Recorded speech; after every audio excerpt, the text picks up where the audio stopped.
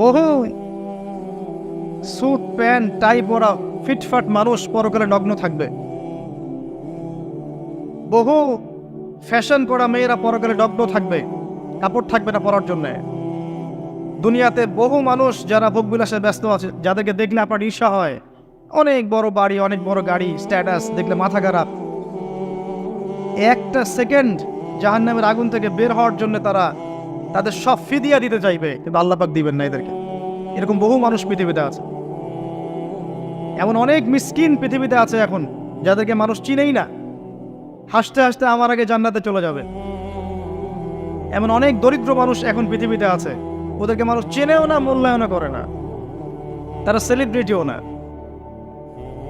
তাদের কোনো বড় পদ নাই, পলিটিক্যাল বা সোশ্যাল পদ নাই, শুধু ফরজ আদায় করে, সাধ্যমতো নফল পড়ে, তাওহীদের উপর থাকে, শিরক করে না, সুন্নতে থাকে, বিদআত করে না। দেখবেন পরকালের মাঠে এরা আগে আগে জান্নাতে চলে গেছে। মনে রাখবেন, যে ব্যক্তিকে পুলসিরাত পার করিয়ে দেয়া হবে, জান্নাতে প্রবেশ করানো হবে এবং জাহান্নাম থেকে বাঁচানো হবে, একমাত্র সে ব্যক্তি সফল, আর কেউ সফল না। আজকের লেকচারে সব ভুলে গেলেও সাফল্যের সংজ্ঞাটুকু জেনে যায়। সৃষ্টির শুরু থেকে শেষ পর্যন্ত কি হবে, কখন কি হবে, প্রত্যেকটা বিষয় লিখে ফেলেছে। এর বাইরে আপনি কিছু করতে পারবেন না, যতই চেষ্টা করি না কেন আমরা। আল্লাহ পাক তাকদীরের মধ্যে যা লিখেছেন, এর বাইরে আপনি কিচ্ছু করতে পারবেন না। কিছু কিছু বিষয় আছে তাকদীরের, যেগুলো কনস্ট্যান্ট, ফিক্স, এগুলোর কোনো পরিবর্তন নেই। আর কিছু কিছু বিষয় আছে যেগুলো দোয়ার মাধ্যমে, ভালো কাজের মাধ্যমে, আত্মীয়তার সম্পর্ক রক্ষার মধ্য দিয়ে, ফরজের পর নফল করার মধ্য দিয়ে, গুনাহ থেকে বেঁচে থাকার মধ্য দিয়ে পরিবর্তন করা সম্ভব। এরপর আল্লাহ রাব্বুল আলামিন এই মহাবিশ্ব সৃষ্টি করেছেন মাত্র 6 দিনে। কয় দিনে ভাই? 6 দিনে। আর আল্লাহ পাকের দিন আমাদের দিনের মতো নয়। শুধু কিয়ামতের দিন আমরা যেদিন দাঁড়িয়ে থাকব, এই দিনটা হচ্ছে পৃথিবীর 50,000 বছরের সমান। কিয়ামতের দিন আমরা যেদিন দাঁড়িয়ে থাকব, এই দিনটা পৃথিবীর 50,000 বছরের সমান। আল্লাহ পাক 6 দিনে মহাবিশ্ব সৃষ্টি করেছেন, বিগ ব্যাং থেকে, শূন্য থেকে। আমরা এখন এই বিগ ব্যাং শব্দটার সাথে পরিচিত। যখন রাসূলুল্লাহ সাল্লাল্লাহু আলাইহি ওয়াসাল্লামের জামানা চলছিল, তারা কিন্তু এই শব্দের সাথে পরিচিত ছিলেন না, তারপরেও তারা বিশ্বাস করেছেন। আর এখন বিজ্ঞান, যুক্তি এবং দর্শন আমাদেরকে ওই পর্যন্ত নিয়ে যায়, তারা বলে যে মহাবিশ্বের কোনো স্রষ্টা নেই, মহাবিশ্ব একটা বিস্ফোরণ থেকে সৃষ্টি হয়েছে। কিন্তু আল্লাহ রাব্বুল আলামিন সূরা আম্বিয়া এর 30 নম্বর আয়াতে বলেছেন, আওয়ালাম ইয়ারাল্লাযীনা কাফারু, কাফেররা কি লক্ষ্য করে দেখে না, আন্নাস সামাওয়াতি ওয়াল আরদ, এই আসমান সমূহ, এই মহাবিশ্ব এবং এই জমিন, পৃথিবী, কানাতা রাতকান, এটা একটা বিন্দুর মধ্যে ছিল, একটা বিন্দু পয়েন্টের মধ্যে ছিল, ফাফাতাকনাহুমা, আমরা উভয়কে পৃথক করে দিলাম, বিস্ফোরিত করে দিলাম। ওয়াজআলনা মিনাল মাই কুল্লা শাইইন হাই, এবং প্রত্যেক জীবন্ত প্রাণীকে সৃষ্টি করেছি আমি পানি দ্বারা। কি দ্বারা? আফালা ইউমিনুন, তবুও কি তারা বিশ্বাস করবে না? আল্লাহ রাব্বুল আলামিন এই আয়াতের মধ্যে বলছেন আসমান সমূহ, জমিন একটা বিন্দুর মধ্যে ছিল। এরপর আল্লাহ পাক এটাকে বিস্ফোরিত করেছেন, যেই কথাটা এখন বিজ্ঞান বলছে যে মহাবিশ্ব বিগ ব্যাং থেকে সৃষ্টি হয়েছে। ওরা বিগ ব্যাং পর্যন্ত পৌঁছাতে পেরেছে, তারা এর স্রষ্টা সম্পর্কে জ্ঞান লাভ করতে পারেনি। তো তাদের সাথে আমাদের জ্ঞানতাত্ত্বিক এখানে পার্থক্য আছে। তাদের জ্ঞান তত্ত্বটা হচ্ছে পরীক্ষা নিরীক্ষা পর্যবেক্ষণের মাধ্যমে যা লাভ করা যাবে তাই হচ্ছে জ্ঞান। আল্লাহ, মালায়েকা, আসমানি কিতাব, নবী রাসূলগণ, কবরের আযাব, জান্নাত জাহান্নাম, মিজান, পুলসিরাত, এগুলোকে তারা কিন্তু ল্যাবে প্রমাণ করতে পারে না। এই কারণেই তারা এগুলোর অস্তিত্বে বিশ্বাস করে না। আল্লাহ রাব্বুল আলামিন আমাদেরকে একটা জ্ঞান তত্ত্ব দিয়েছেন, এটা ওদের জ্ঞান তত্ত্ব, পরীক্ষা নিরীক্ষা পর্যবেক্ষণ ছাড়া বিশ্বাস করবে না। এবং এই পুরো বিশ্বের যত সিস্টেম দাঁড়িয়ে আছে এখন, আপনার ইকোনমিক সিস্টেম বলেন, এডুকেশন সিস্টেম বলেন, পলিটিক্যাল সিস্টেম বলেন, বা এপিস্টেমোলজিক্যাল সিস্টেম বলেন, প্রত্যেকটা সিস্টেম এই তত্ত্বের উপর দাঁড়িয়ে আছে। চাক্ষুষ না দেখলে তারা বিশ্বাস করবে না। আপনি ফেরেশতাকে বিশ্বাস করাতে চান, তারা বলবে একে ল্যাবে প্রমাণ করে দাও, তাহলে বিশ্বাস করো। ল্যাবরেটরিতে ফেরেশতার অস্তিত্ব প্রমাণ করেন, তাহলে বিশ্বাস করবে। কারণ আমি তোকে দেখছি না, আমি কেন বিশ্বাস করব? এই দর্শনে চলছে পুরো বিশ্ব। এর বাইরে একটা দর্শন যেটা মুসলিমরা লালন করে, অনলি মুসলিমরাই এই দর্শন লালন করে, সেটা হচ্ছে যে আল্লাযীনা ইউমিনুনা বিল গায়ব ওয়া কুলিল হাক্কু মির রাব্বিক ফালা তাকুনান্না মিনাল মুমতারিন ওয়া কুলিল হাক্কু মির রাব্বিক ফামান শাআ ফালইউমিন ওয়া মান শাআ ফালইয়াকফুর। একমাত্র মুসলিমরাই এই তত্ত্বে বিশ্বাস করে যে সত্য এবং জ্ঞান আল্লাহর পক্ষ থেকে আসে। সত্য এবং জ্ঞান আল্লাহর পক্ষ থেকে আসে। আল্লামাল ইনসান মা লাম ইয়ালাম, মানুষকে তিনি শিখিয়েছেন সেই জ্ঞান যা মানুষ জানতো না, মানুষ সৃষ্টিগতভাবে অজ্ঞ ছিল। আল্লামাল আদামা আসমা কুল্লাহা, তিনি আদমকে সমস্ত নাম শিখিয়েছেন। আমরা বিশ্বাস করি ইমানের যে 6 পিলার, আল্লাহ বিশ্বাস, ফেরেশতাগণে বিশ্বাস, নবী রাসূলগণে বিশ্বাস, তারপর কি আসমানি কিতাব, পরকাল এবং তাকদীরের ভালো মন্দে বিশ্বাস। এই 6টা পিলার, এই 6টা পিলারকে কি আপনি যুক্তি, বিজ্ঞান, দর্শন দিয়ে ল্যাবে প্রমাণ করতে পারবেন? এগুলো সবই গায়েব, অদৃশ্য। আল্লাহকে দেখেছেন? বিশ্বাস করি। নবী রাসূলকে দেখেছেন? আমরা তো আমাদের নবীকে পর্যন্ত দেখি নাই, ঠিক আছে? আসমানি কিতাবগুলো দেখেছেন? অনেক মুসলিম তো কোরআনও দেখেনি। এমনও অনেক হতভাগা মুসলিম আছে, এমনও অনেক হতভাগা মুসলিম আছে যারা কোরআনটুকুও চোখে দেখেনি কখন। শুনেছে কোরআন বলে একটা কিতাব আছে। ফেরেশতাগণ দেখেছি আমরা?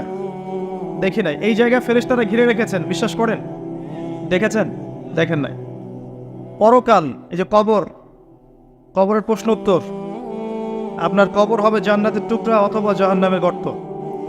আপনার পুলসিরাত, মিজান, জান্নাত, জাহান্নাম, আমল নামা ছুড়ে দেওয়া হবে, ঠিক আছে? রূহ বা আত্মা, আত্মা আছে না, রূহ, সত্য, স্বপ্ন, এগুলোকে কি আপনি ল্যাবে প্রমাণ করতে পারবেন? এগুলো দেখিনি, বিশ্বাস করি।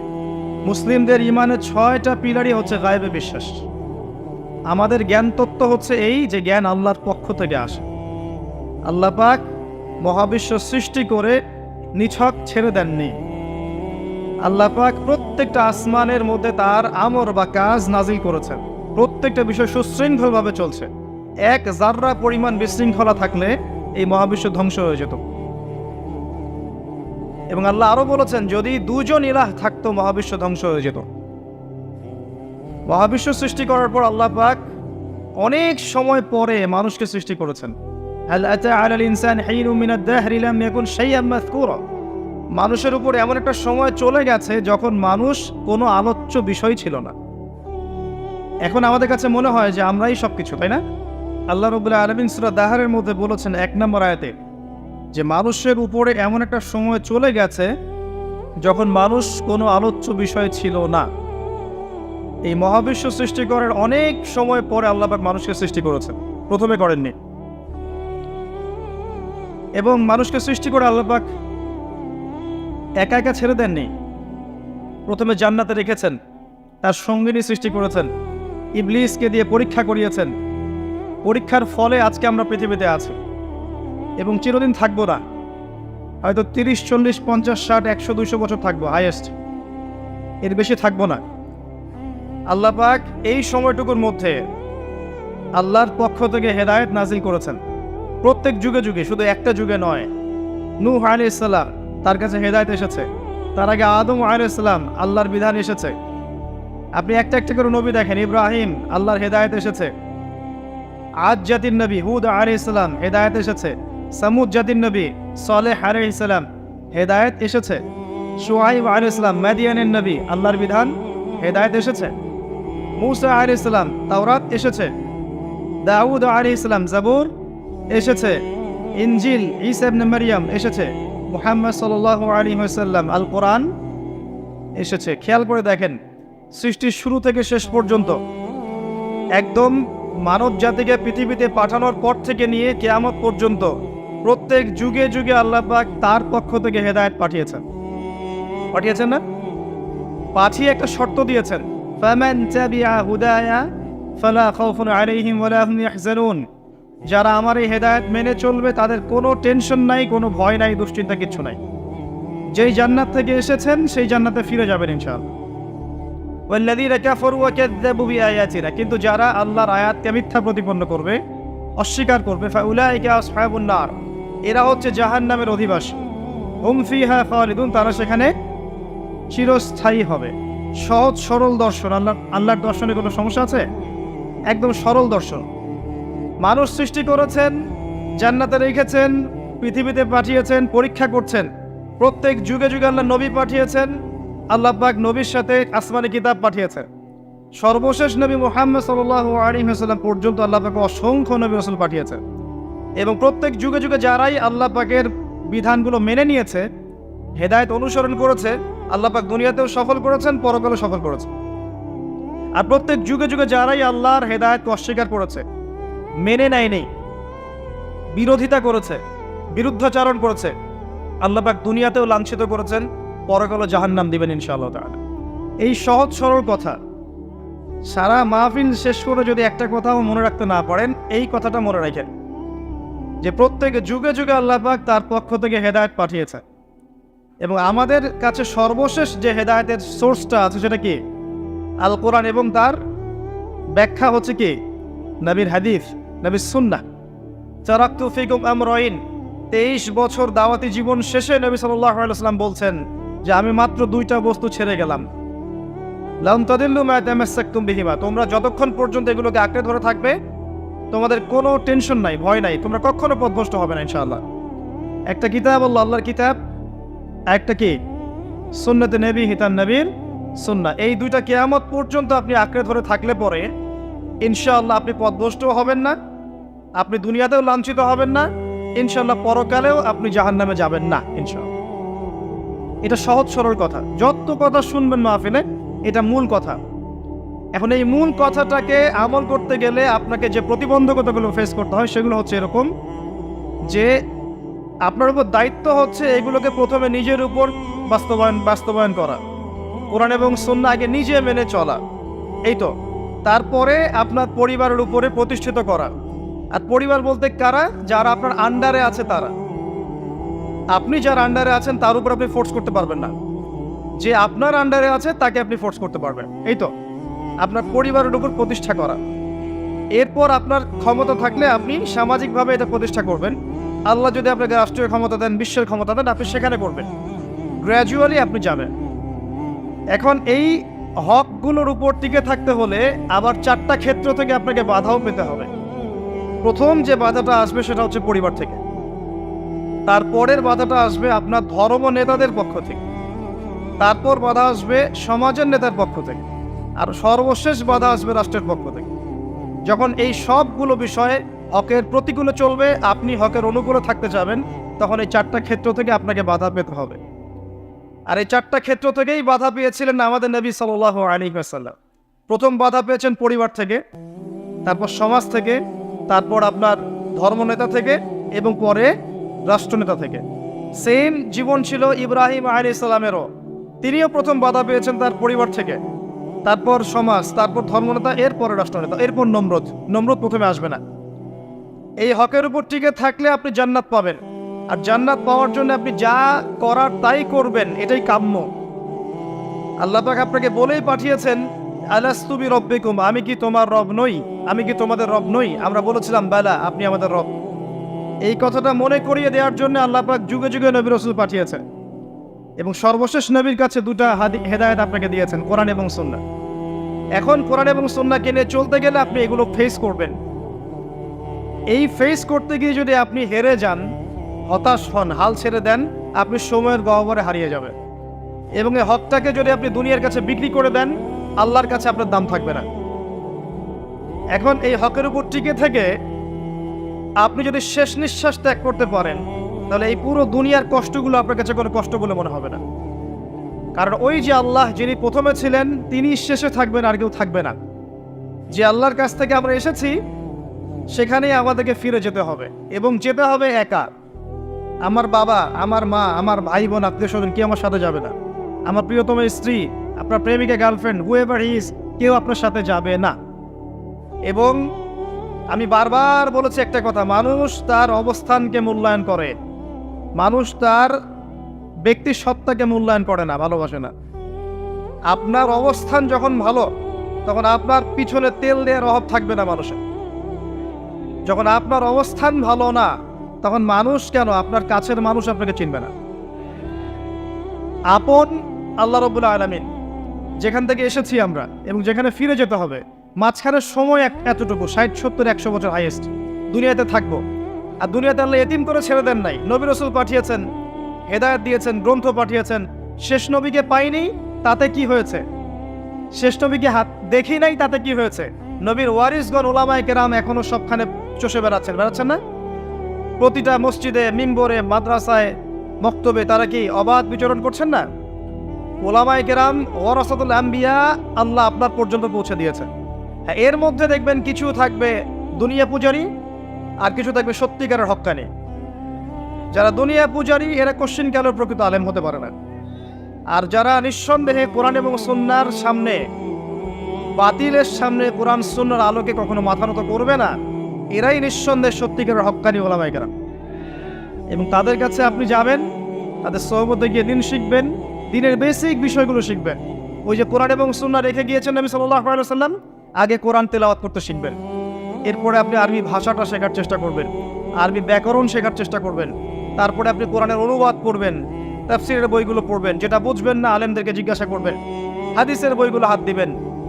পর্যায়ক্রমে সহজ হাদিসের বই থেকে কঠিন বইয়ের দিকে যাবেন। সহজ বই, হাদিসে আরবাঈন, ফয়জুল কালাম, এই বইগুলো থেকে, বুলুগুল মারাম মিন আদিল্লাতিল আহকাম, মিশকাতুল মাসাবি, এখান থেকে আস্তে আস্তে উপরের দিকে যাবেন। একবারে লাফ দিয়ে উপরের বড় বুখারী মুসলিম আগে হাত দিয়ে ধরবেন না, আপনি বিভ্রান্ত হতে পারেন, এটা আমার নসিহত। এর পাশাপাশি আপনি পড়বেন ইসলামিক অর্থনীতি পড়বেন, ইসলামিক জিওপলিটিক্স পড়বেন। আপনি চেষ্টা করবেন ভূরাজনৈতিক প্রেক্ষাপট জানার জন্যে, আপনি চেষ্টা করবেন ইসলামের ইতিহাসগুলো পড়ার জন্যে, এবং স্পেশালি নবী সাল্লাল্লাহু আলাইহি ওয়াসাল্লামের জীবনী এবং তার সাহাবায়ে কেরামের জীবনীগুলো পড়বেন। এক উমাইয়া খেলাফত থেকে শুরু করে ওসমানীয় খেলাফত পর্যন্ত পুরো হিস্ট্রি পড়বেন। তখন দেখবেন আপনি জ্ঞানের সমৃদ্ধ হচ্ছেন। এর পাশাপাশি আপনি সায়েন্স, আর্টস, কমার্স যেখানে পড়ছেন সেটা কন্টিনিউ করবেন, এগুলোকে ছেড়ে দিবেন না। কারণ এই জ্ঞানগুলোকে আপনি যদি ইসলামের দিকে কনভার্ট করতে পারেন, আপনার দ্বারা ইনশাল্লাহ আমার চেয়ে বেশি খেদমত হতে পারে, এটা সম্ভব। আপনার দ্বারা আরও বড় খেদমত হতে পারে, এটা সম্ভব। অতএব এখান থেকে সুইচ করার প্রয়োজন নেই, আছেন থাকেন, ইসলামের বেসিক বিষয়গুলো পড়াশোনা করেন। পড়াশোনা করলে কি হবে, আপনার ওই দুই চোখ খুলবে, বাহ্যিক চোখ আর ভিতরের চোখ। আপনি ফিতনাময় একটা যুগে বসে আছেন এখন, এই যুগের মতো ফিতনাময় যুগ কখনো আসেনি। এবং যত দিন যাবে ফিতনা তত বাড়তে থাকবে, কমবে না। যত দিন যাবে ফিতনাগুলো ততই বাড়তে থাকবে, কমবে না, কোশ্চিনকালও কমবে না। কেউ যদি মনে করে এগুলো সব ঠিক হয়ে যাবে, আবার সোনালী সময় আসবে, এটা আসবে শুধুমাত্র ঈসা ইবনে মারইয়াম, ইমামুল মাহদির সময়। তার আগ পর্যন্ত ফিতনা বাড়তে থাকবে কন্টিনিউয়াস। এমনভাবে বাড়বে মনে হবে যে বিগত দিনটা আজকের দিনের চেয়ে বেশি ভালো ছিল, এমন মনে হবে।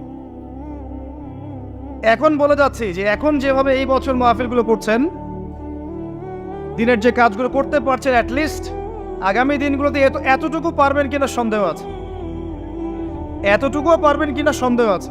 দুই চোখওয়ালা মানুষের কাছে যাবেন, যাদের দূরদর্শিতা আছে, যারা দূর পর্যন্ত দেখতে পারে। আর দুই চোখ খুলতে হলে প্রথমে জ্ঞান লাগে, জ্ঞানের সাথে আরো কিছু লাগে, জ্ঞানের সাথে আল্লাহর নূর লাগে। কি লাগে? যেটা খিদির আলাইহিস সালামের কাছে ছিল। নৌকা কেন ফুটা করলেন? বাচ্চাকে কেন হত্যা করলেন?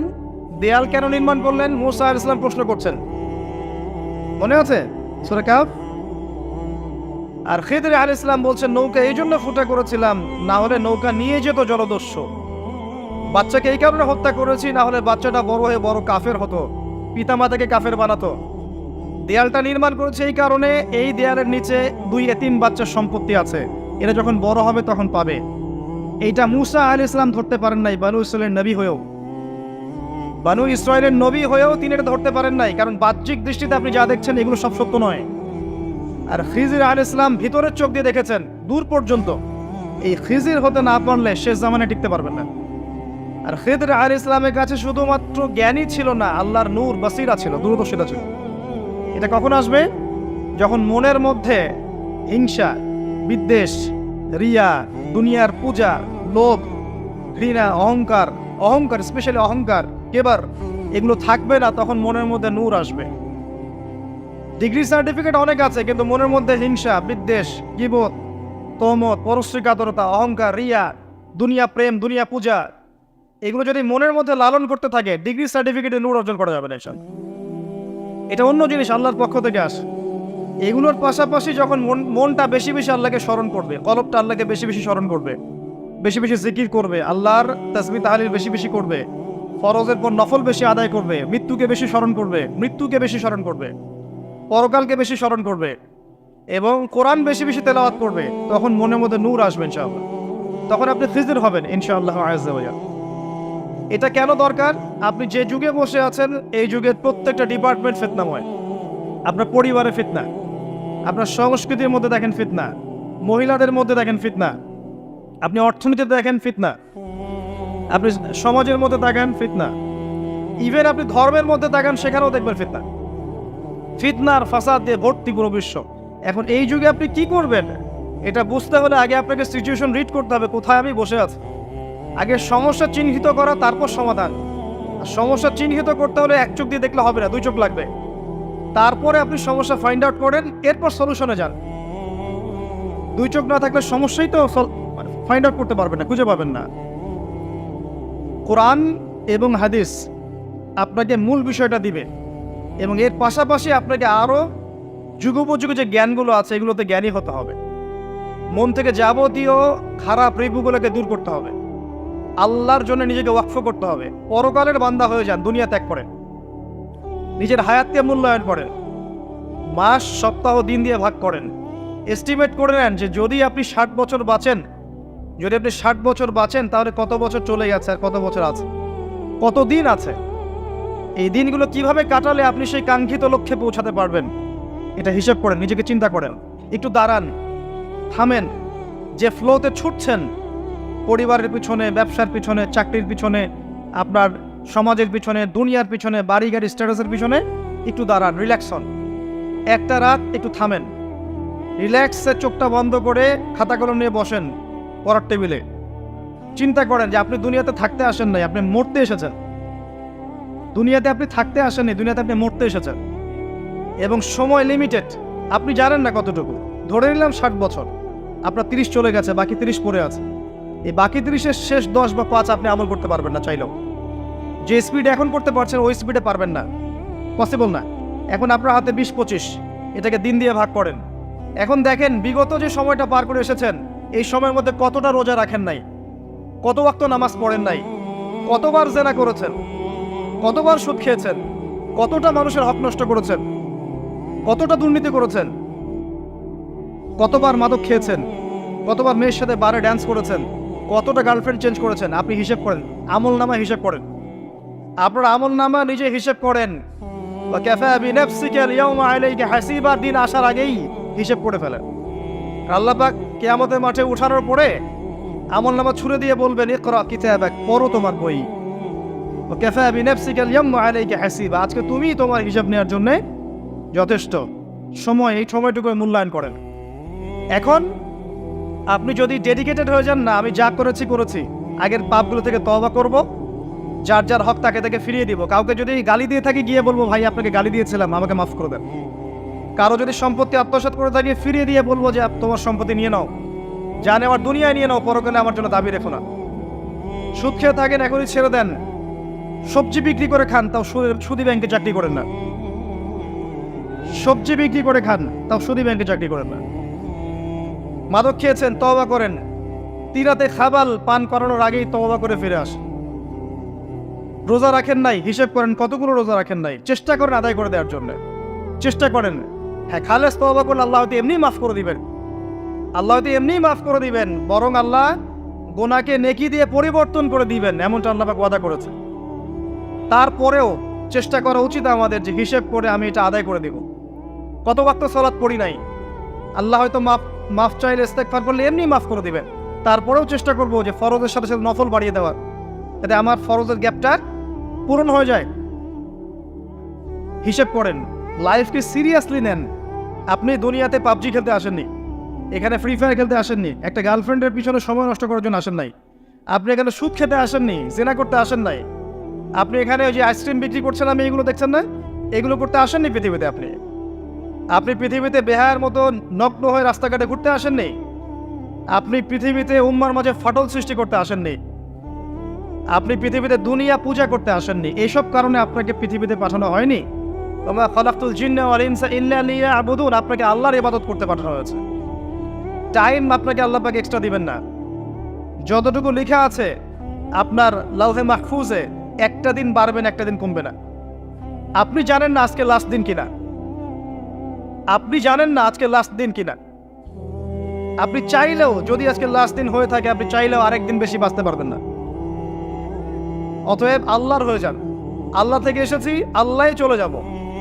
আল্লাহ সৃষ্টি করেছেন আমাদেরকে, ওখান থেকে এসেছি, আবার আল্লাহর দিকে কি হবে, ফিরে যাব। মাঝখানে একটা সময়, অনেক সময় চলে গেছে, অপচয় হয়েছে, হিসেব করে মিটিয়ে ফেলেন।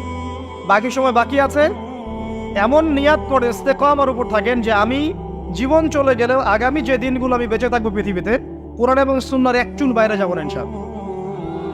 আমার পরিবার আমাকে বুঝুক সেই না বুঝুক, আমার চাকরি থাকুক না থাকুক, আমার রিজিক কমে যাক আর নাই যাক, হ্যাঁ, আমাকে সামাজিক পদ আমার থাক বা না থাক, আমার রাষ্ট্রীয় পদ আমার থাক বা না থাক, আমি কোরআন এবং সুন্নাহর বাইরে যাবো না। সিম্পল। এই অবস্থায় মৃত্যুবরণ করতে পারলে আপনার জন্য অপেক্ষা করছে অনন্তকালের জান্নাত। আপনি যা চান সেখানে পাবেন। এটা পরীক্ষার মাঠ, এটা ফলাফল পাওয়ার মাঠ না। এটা কিন্তু ফলাফল পাওয়ার মাঠ নয়, ওইটা ফলাফল পাওয়ার জায়গা। এবং বিশ্বাস করেন আল্লাহ পাকের কথা এত কঠিন, সূরা দুখানের মধ্যে আছে, যুক, আযাব যখন দেয়া হবে, যুক, চাখো, আযাব ভোগ করো, ইন্নাকা আনতাল আজিজুল কারীম। দুনিয়াতে অনেক আজিজ ছিলে, অনেক করিম ছিলে, এখন আযাব ভোগ করতে থাকো। এই যে লিমিটেড হায়াত আছে, এই হায়াতটাকে আপনি যদি চান যে আমি যা করেছি, এখন তওবা করে ফিরে আসবো, বাকি জীবনটা আমি কোরআন সুন্নাহর উপর থাকবো, আল্লাহ পাক সবাইকে তৌফিক দান করুন, আমিন। এখন আপনার উপর এই দায়িত্বগুলো বর্তাবে যে আপনাকে পড়াশোনা করতে হবে, আপনাকে প্রচুর পড়াশোনা করতে হবে। নবী সাল্লাল্লাহু আলাইহি ওয়াসাল্লামের সুন্নাহ মাফিক জীবনযাপন করতে হবে। ঘুম থেকে ওঠা থেকে শুরু করে ঘুমানো পর্যন্ত প্রতিটা কাজ সুন্নাহ মাফিক করতে হবে। ইবাদতের ক্ষেত্রে সুন্নাহ করবেন, ব্যবসায় গেলে ব্যবসার সুন্নাহ করবেন, আপনি জিকির আজগার করবেন সেটার সুন্নাহ করবেন, নামাজ পড়বেন সেই সুন্নাহ করবেন, মুআমালাতের সুন্নাহ, পরিবারের সুন্নাহ, আপনার সমাজনীতির সুন্নাহ, সব সুন্নাহ আপনাকে মানতে হবে। তখন আপনার পুরো জীবনটা ইবাদত হবে ইনশাআল্লাহ তাআলা। এই অবস্থায় যদি আপনি প্রত্যেক দিন পার করতে থাকেন, আপনি নিজেই ফিল করবেন যে আল্লাহর কাছে আপনার মর্যাদা বেড়ে গেছে। আপনি নিজেই ফিল করবেন। আল্লাহ পাক আপনি বেঁচে থাকলে আল্লাহ পাক কিয়ামত পর্যন্ত দিবে না ইনশাআল্লাহ। যদি আপনি এমন হয়ে যেতে পারেন, তাওহীদের উপর আছেন, সুন্নাহর উপর আছেন, আপনি বেঁচে থাকা পর্যন্ত আল্লাহ পাক কিয়ামত পর্যন্ত দিবে না ইনশাআল্লাহ। এত বড় মর্যাদা আল্লাহ পাক আপনাকে দিবেন ইনশাআল্লাহ। প্রথম কথা হচ্ছে, আল্লাহ পাক আপনাকে আমাকে দুনিয়াতে একা একা ছেড়ে দেননি। নবী রাসূল পাঠিয়েছিলেন, আসমানি কিতাব হেদায়েত পাঠিয়েছেন, প্রত্যেক যুগে পাঠিয়েছেন। আমাদের কাছে হেদায়েতের উৎসটা কি এখন শেষ? কোরআন এবং সুন্নাহ। এই কোরআন পড়বেন, এর উপর আমল করবেন, আদেশ মানবেন, নিষেধ বর্জন করবেন, এর দাওয়াত মানুষকে দিবেন, কোরআন প্রতিষ্ঠার চেষ্টা করবেন এবং সুন্নাহ মাফিক আপনি ডেইলি জীবনযাপন করবেন। আপনি আপনার জীবনটাকে মূল্যায়ন করবেন। এই দুনিয়া থেকে আপনি চলে যাবেন, আজ হোক আর কাল হোক। ধরে নেবেন আপনার হায়াত 60 বছর 70 বছর। আপনি যতটুকু পার করেছেন এই পাপগুলোর হিসাব করবেন এবং যা বাকি আছে এই সময়টুকুতে আপনি কিভাবে চলবেন এই হিসাব আজকে রাতে বসে বসে করবেন। এরপর যখন আপনি ডিসাইড করে ফেলবেন যে আমি আল্লাহর জন্য নিজেকে ওয়াকফ করব, ইন্না সলাতি ওয়া নুসুকি ওয়া মাহইয়ায়া ওয়া মামাতি লিল্লাহি রাব্বিল আলামিন, এরপর আপনি পড়াশোনা শুরু করেন, আলেম ওলামার কাছে আসেন, তাদের সোহবতে যান, আপনি যারা অনুযায়ী আমল করেন, হালাল খান, পরিবারটা করেন সুন্দর করে, আপনি আপনার সাধ্যমতো ইসলামের দাওয়াতি কাজ করেন, দিনটাকে প্রতিষ্ঠা করার জন্য আপনার ছোট ছোট উদ্যোগ, আপনার যান, আপনার মাল, আপনার সময় শ্রমকে কাজে লাগান। ইনশাআল্লাহ এক সময় আপনি মারা যাবেন, ওই দিন আপনার কণ্ঠে ইনশাআল্লাহ লা ইলাহা ইল্লাল্লাহ মুহাম্মাদুর রাসূলুল্লাহ থাকবে এবং এই অবস্থায় মৃত্যু হয়ে গেলে ইনশাআল্লাহ আপনার জন্য অনন্তকালের জান্নাত অপেক্ষা করছে। আমি আশা করি আমি স্বল্প সময়ে কিছু মূল কথা বলতে পেরেছি। আল্লাহ পাক আমাদেরকে কথাগুলো বোঝার তৌফিক দান করুন, আমিন।